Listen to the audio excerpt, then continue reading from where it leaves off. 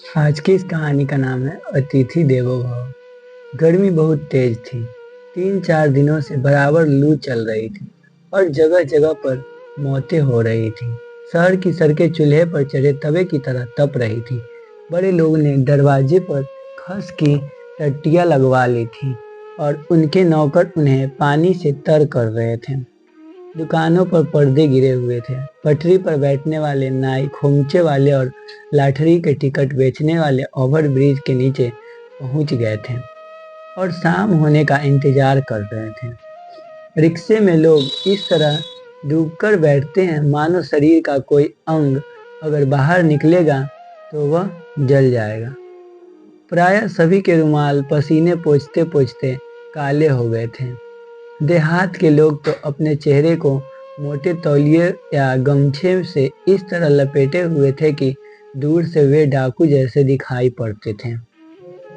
पैदल चलने वाले लोगों ने अपने सिर पर छाता नहीं तो अपना बैग ही रख लिया था। किसी किसी ने तो रुमाल को ही सिर पर बांध लिया था। ठेले पर बिकने वाले पानी 5 पैसे गिलास से बढ़कर 10 पैसे के भाव हो गया था।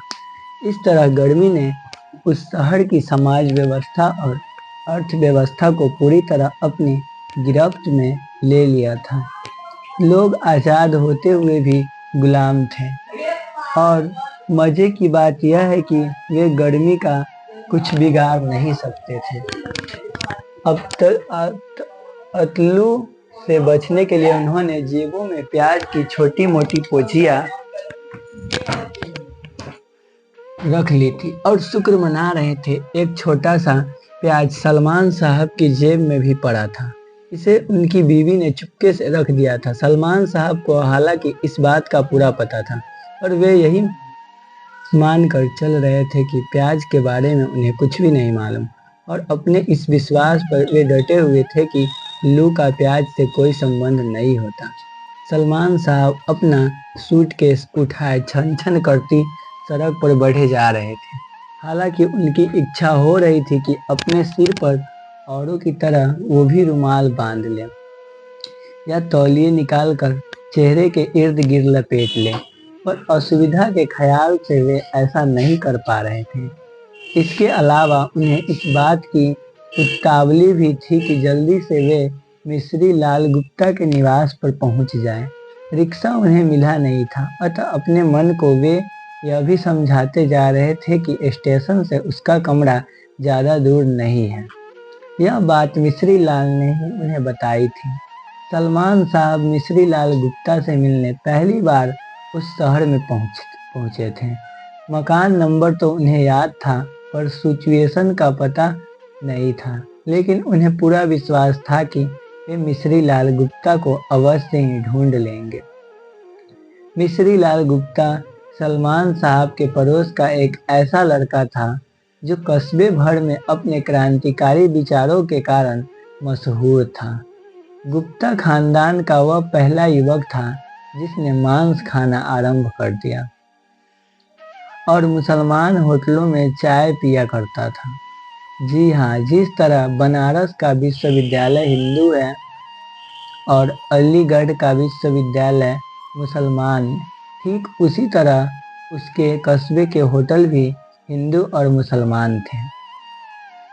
यह बात अलग है कि हिंदू होटलों में मुसलमानों के लिए या मुसलमानों होटलों में हिंदुओं के लिए प्रवेश की कोई मनाही नहीं थी। फिर भी जो धार्मिक लोग थे वे इसे बुरा समझा करते थे। सलमान साहब के पड़ोसी जैकी साहब हमेशा मुसलमान हलवाई के यहाँ से ही मिठाई मंगवाते थे, क्योंकि शिवचरण हलवाई जो था वह इस्तीजे से नहीं रहता था। उस कस्बे में उन दिनों एक ही स्कूल था और वह सबको अनिवार्य रूप से संस्कृत पढ़नी थी। अतः सलमान साहब ने भी राम रामो रामा पढ़ा और नतीजा यह निकाला कि वे उर्दू नहीं पढ़ सके। जैसे मिस्री लाल के बाबा गिरधारी लाल गुप्ता अपने ज़माने में सिर्फ उर्दू ही पढ़ सके थे। संस्कृत सीखने का मौका उन्हें नहीं मिला था। एक तो वैसे दूसरे मदरसे में उसका प्रबंध नहीं था। इसी किस्म की मजबूरियों से सलमान साहब से संस्कृत पढ़ाई, और जब वे उच्च शिक्षा लेने के लिए शहर पहुंचे तो वहां भी उन्होंने संस्कृत ही पढ़ी। उन्हें विश्वास था कि एमए करने के बाद वे कहीं न कहीं संस्कृत के लेक्चर हो जाएंगे, पर ऐसा नहीं हुआ और अब वे अपने ही कस्बे के नीचे नए खुले इस्लामिक मीडिया स्कूल में हिस्ट्री पढ़ाने लगे। मिस्री लाल जिन दिनों इंटर कर रहा था, सलमान साहब ने उसे सुबह शाम संस्कृत पढ़ाई थी, अतः वह उन्हें अपना गुरु मानता था और चरण छूता था। अब वह बीए कर चुका था और किसी कंपटीशन की तैयारी कर रहा था। उसकी प्रबल इच्छा थी कि सलमान साहब जब उसके शहर में आएंगे तो उसके निवास पर अवश्य पधारे। मिस्री लाल की इस इच्छा को अनपेक्षित रूप से पूर्ण करने के लिए ही वे बगैर सूचना दिए उस शहर में पहुंच गए थे। अचानक उसके दरवाजे पर दस्तक देकर उसे चौंका देना चाहते थे। सलमान साहब ने मोहल्ले का नाम याद किया, गोपालगंज। हाँ, यही नाम है। मकान नंबर भी 562। राधारमण मिश्र का मकान स्टेशन से यही कहीं आधा मील पर स्थित किधर पड़ेगा? उन्होंने एक दुकानदार से पूछा तो पान की पीक थूकने का कष्ट न करते हुए उसने गलगला कर यह बताया कि वे वहां से थोड़ा आगे निकल आए, पीछे मुड़कर बिजली के उस वाले खंभे से सटी हुई गली में घुस जाए। सलमान साहब उसकी दुकान के सेट से जब बाहर निकले तो लू का एक थपेड़ा चट से उनके गाल पर लगा और उन्होंने अपनी एक हथेली कनपट्टी पर लगा ली। ठीक उसी वक्त उन्हें अपनी जेब में पड़े हुए प्याज का भी ख्याल आया और क्षण भर को वे आश्वस्त हुए। हाँ, यही गली तो है। उन्होंने बिजली के खंभे को ध्यान से देखा और गली में घुस गया। दाहिनी ओर ए ब्लॉक था।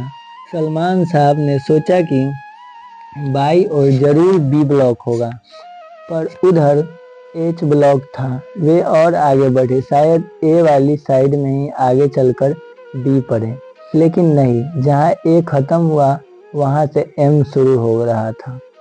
बाई और सी था। वे चकरा गए, कहाँ जाना है? एक सज्जन सड़क पर चारपाई निकाल कर उसे पटक रहे थे और नीचे गिरे हुए खटमलों को मार रहे थे।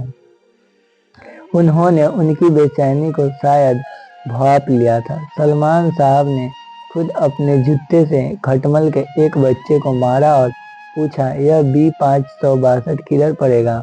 ओ मिसिर जी, आपका मकान वह पुराने गोपालगंज में है। आप इधर से चले जाइए और आगे चलकर मंदिर के पास से दाहिने मुड़ जाइए, वहाँ किसी से पूछ लीजिएगा। सलमान साहब ने उन्हें धन्यवाद दिया और चल पड़े। मंदिर के पास पहुंचकर जब वे दाहिनी ओर मुड़े तो उन्होंने देखा कि पीछे 4-5 भैंसें बंधी हैं और एक लड़की अपने बरामदे में खड़ी होकर दूर जा रही चूड़ी वाले को बुला रही है। पुराना गोपालगंज क्या यही है? उन्होंने उस लड़की से ही जानकारी लेनी चाहिए, पर उसने उनकी ओर कोई ध्यान नहीं दिया। उसका सारा ध्यान चूड़ी वाले के ठेले पर लगा हुआ था। सलमान साहब आगे बढ़ गए। थोड़ा और आगे जाने पर पुराने ढंग के ऊंचे ऊंचे मकान उन्हें दिखाई पड़े, जिनकी छाया में उस इलाके के सड़कें अपेक्षाकृत काफी ठंडी थी और नंग घंडक बच्चे उन पर उछल रहे थे। सलमान साहब का मन हुआ कि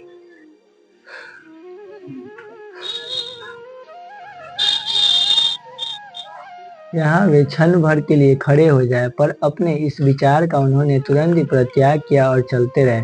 सामने एक लड़का दौड़ा आ रहा था। उनके पीछे पीछे एक मोटा सा चूहा खिसटा आ रहा था। लड़के ने चूहे की पूंछ से सुतली बांध दी थी और उसका एक छोर थामे हुए था। सलमान साहब को देखकर जैसे कि उन्हें उम्मीद थी, वह बिल्कुल वही चिट्ठा और उसकी बगल से भागने के चक्कर में उनसे टकरा गया। AB 562 किधर है जी? तुम्हें पता है मिश्री जी का मकान। लड़के ने उनकी ओर उड़ती सी नजर डाली और एक मकान की ओर संकेत करता हुआ भाग गया। उसके पीछे पीछे चूहा भी घिसटता हुआ चला गया। सलमान साहब ने एक ठंडी सांस ली और उस विशालकाय इमारत के सामने जाकर खड़े हो गए।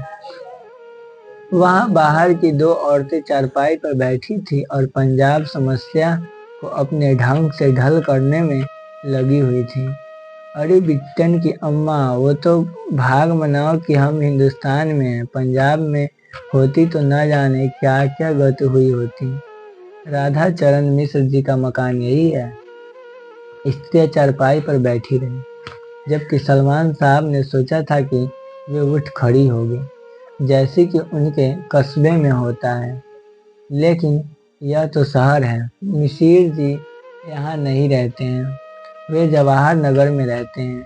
यहाँ सिर्फ उनके किराएदार रहते हैं।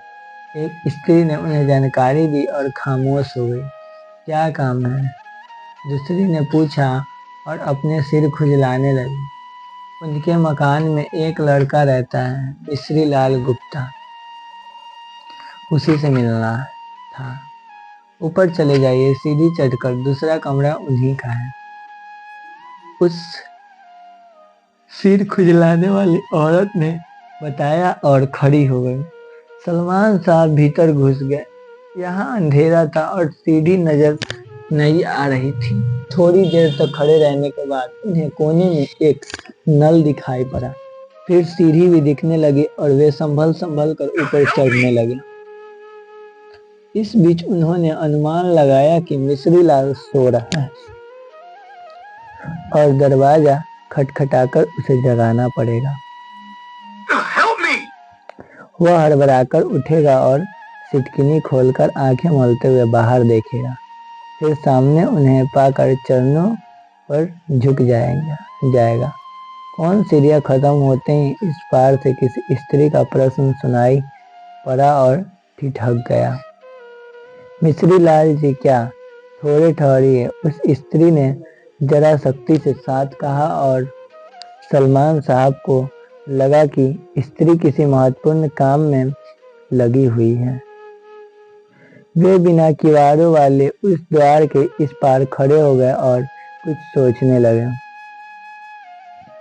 तभी उन्होंने देखा कि अंधेर वय की गोरी सी औरत मात्र पेटीकोट और ब्रेसियर पहने बरामदे से भागकर सामने वाली कोठरी में घुस गई और जल्दी से साड़ी लपेटकर ब्लाउज का हुक लगाते हुए बाहर निकल आई।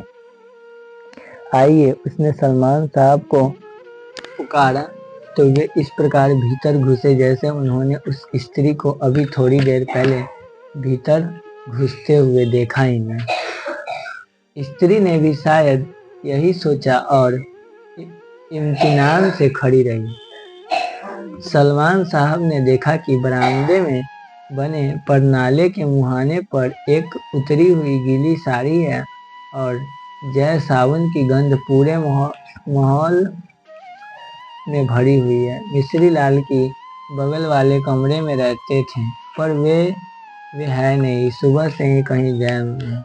आप कहाँ से आ रहे हो? बैठिए, स्त्री ने अत्यंत विनम्रता के साथ यह सब कहा और बस खट बिछाकर फिर भीतर घुस गई। थोड़ी देर बाद वह एक तस्तरी में गुड़ और गिलास में पानी लिए हुए बाहर आए और बसंखट एवं तस्तरी रखकर खड़ी हो गई। पानी पीजिए, आज बहुत गर्मी है। इतना कहकर उसने अपनी उतारी हुई साड़ी की ओर देखा और न जाने क्या सोचकर पानी रखकर फिर भीतर घुस गई। आपकी वह तार का एक पंखा लेकर लौटी और उसे भी बास्केट पर रख दिया। सलमान साहब ने गुड़ खाया, पानी पिया और पंखा लेकर उसे हल्के हल्के डुलाने लगे। मिश्री लाल कहीं बाहर तो नहीं चला गया है? बाहर तो नहीं गए हैं, शहर में ही होंगे। पिक्चर गए होंगे या किसी दोस्त के यहाँ चले गए होंगे। रोज तो कमरे में ही रहते हैं, आज ही निकले हैं बाहर।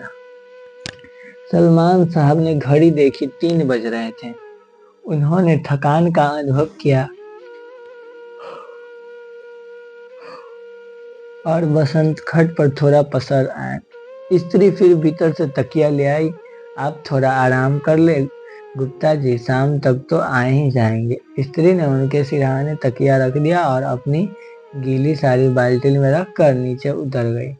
सलमान साहब जब लेटे तो जेब में पकड़ा पड़ा प्याज उन्हें गड़ने लगा और उन्होंने उसे बाहर निकालकर चारपाई के नीचे गिरा दिया।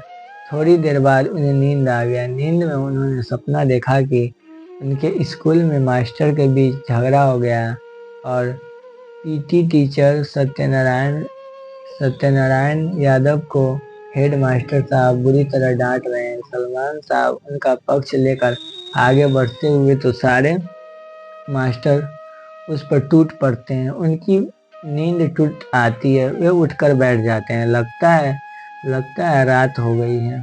भीतर एक मटमैला सा बल्ब जल रहा था। उसकी रोशनी बरामदे में भी आ रही है। बरामदे में कोई बल्ब नहीं है। भीतर से आने वाली रोशनी के उस चकोर से टुकड़े में नहीं एक स्टोव जल रहा है और स्त्री सब्जी छोक रही है। जहाँ दोपहर में जय साबुन की गंध भरी हुई थी, अब वही जीरे की महक उड़ रही है। मिश्री लाल नहीं आया अभी तक। अरे अब हम क्या बताएंगे कि आज वे चले गए हैं। रोजाना तो कमरे में ही घुसे रहते थे, उस स्त्री ने चिंतित मन से कहा और स्टील के एक गिलास में पहले से तैयार की गई चाय लेकर उनके सामने खड़ी हो गई। तभी एक सज्जन कमरे में गमछा लपेटे जनेऊ भलते हुए सीढ़ियां चढ़कर ऊपर आए और कमरे में घुसकर हनुमान चालीसा का पाठ करने लगे। जीरे की महक के साथ साथ वह अगरबत्ती की महक भी वातावरण में तिरने लगी। सलमान साहब ने भीतर झांक कर देखा तो पाया कि उस कमरे में पूरी गृहस्थी अत्यंत सलीके के सामने सजी हुई थी और दीवारों पर राम कृष्ण, हनुमान कृष्ण, शंकर पार्वती, लक्ष्मी और गणेश की विभिन्न देवी देवताओं की फोटो टंगे हुए थे। वही एक और लड़की की एक तख्ती लड़की थी जिस पर लिखा था Ram Manohar Pandey, assistant telephone operator. वे सज्जन अपने दाहिने हाथ में अगरबत्ती लिए बाएं समय से दाहिने हाथ की तिमनी थामे सभी तस्वीरों को सुगंधित धूप से सुवासित करते थे और बीच बीच में गीता के कुछ श्लोक भी यही गलत उच्चारण के साथ बोल जाते थे। छत पर एक गंदा सा पंखा अत्यंत धीमी चल से डोल रहा था। स्त्री ने सब्जी पका ली थी और अब वह रोटियां बना रही थी। सलमान साहब की इच्छा हुई कि अब वे वहां चल जाए, किसी होटल में ठहर जाए।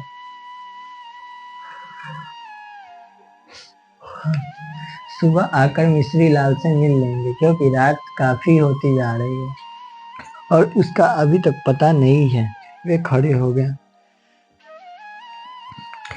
मैं अब चलता हूँ, कल सवेरे आकर मिल लूंगा। उन्होंने अपना बैग उठा लिया। कहाँ जाएंगे? स्त्री ने उनसे सीधा सवाल किया और पीछे मुड़कर उनकी सारे ताकने की। किसी होटल में रखूंगी। क्यों भाई साहब, होटल में क्यों रुकिएगा?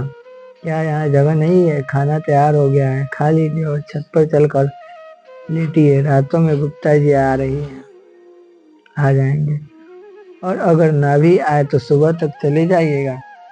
इस टाइम तो मैं आपको ना जाने दूंगी। आइए, जूता उतारिए और हाथ मुंह धोकर खाने बैठिए। नहीं भाभी जी, आप क्यों कष्ट उठाती हैं? उस स्त्री को अब भाभी कहने में कोई हर्ज नहीं लगा। सलमान साहब को कष्ट की क्या बात है?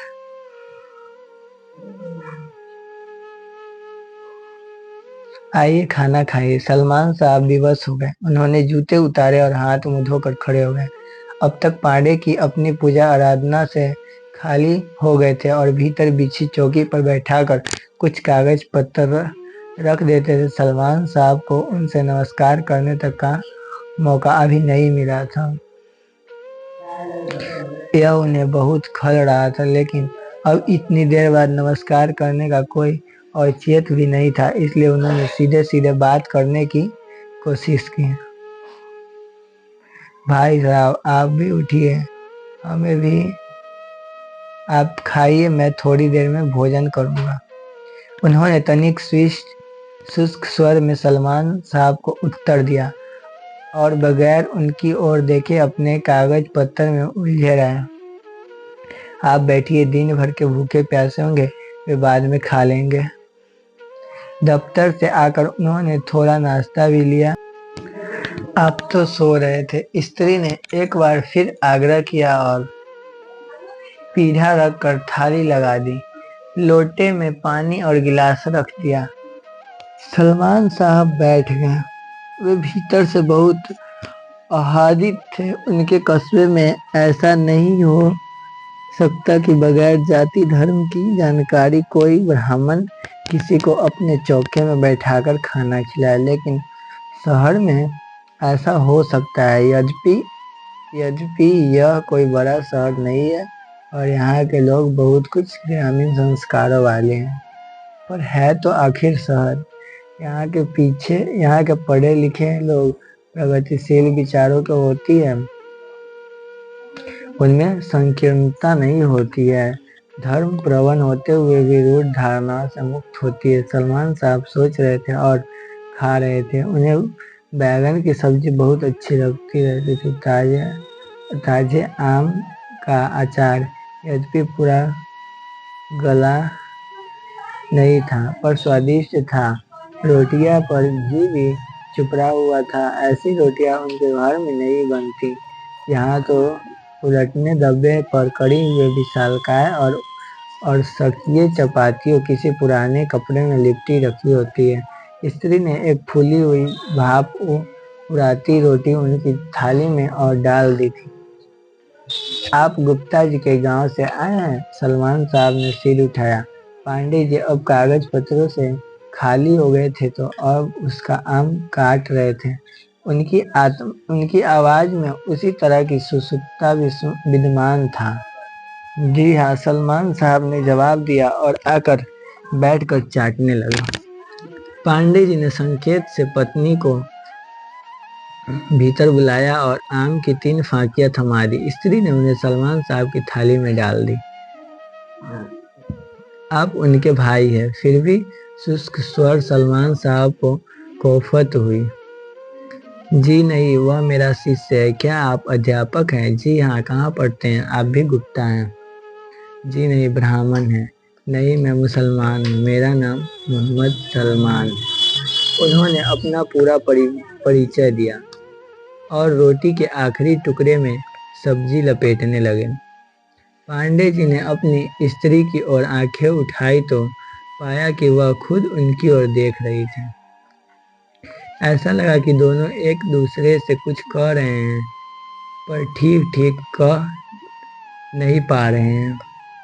सलमान साहब अगली रोटी का इंतजार कर रहे थे, लेकिन स्त्री स्टोव के पास से उठाकर भीतर चली गई थी और कुछ ढूंढने लगी थी।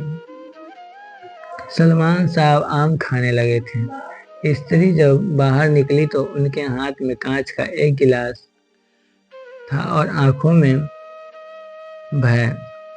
उसने सलमान साहब की थाली के पास रखा स्टील का गिलास उठा लिया और उनकी जगह कांच का गिलास रख दिया था।